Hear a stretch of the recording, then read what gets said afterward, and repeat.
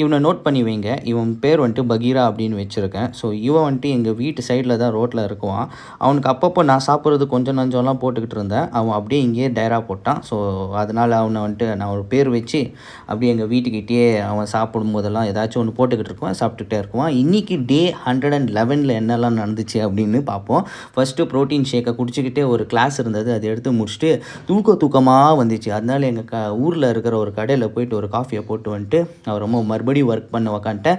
ஒரு படா size lunch மீலை ஒரே வாட்டி சாப்பிட்டுட்டு ஈவினிங்காக ஒர்க் அவுட்டுக்கு போயாச்சு. ஸோ ஒர்க் அவுட்டில் வந்துட்டு இன்றைக்கி செஸ்ட்டு செம்மையாக ஒர்க் அவுட் பண்ணி முடிச்சுட்டு அப்புறமா இனிமேல் நம்ம வந்துட்டு போஸ்ட் ஒர்க் அவுட் எல்லா டேவும் கார்டியோ வந்துட்டு ஆட் பண்ணிகிட்ருக்கோம். ஸோ மினிமம் ஒரு 15 மினிட்ஸ் வாக்கு, அது கம்மி தான், பட் இன்க்ரீஸ் பண்ணுவோம், கொஞ்சம் கொஞ்சமாக போவோம். இப்போ நீங்கள் பார்க்குற வீடியோலாம் நேற்று நடந்ததில்லை. ஸோ எனக்கு வந்துட்டு எடிட் பண்ணுறதுக்கு டைம் அதுக்கெல்லாம் சரிப்பட்டு வரல. ஸோ அதனால் நிறைய பேக்லாக் ஆகிடுச்சு. ஒரு 30 நாள் பின்னாடி நடந்த விஷயத்தை தான் நீங்கள் இப்போ பார்த்துக்கிட்டு இருப்பீங்க. Sorry for that. நான் அதை வந்துட்டு கொஞ்சம் ஃபாஸ்ட்டாக ரெக்டிஃபை பண்ணிடுறேன். So day to day relay வந்துக்கிட்டே இருக்கும்.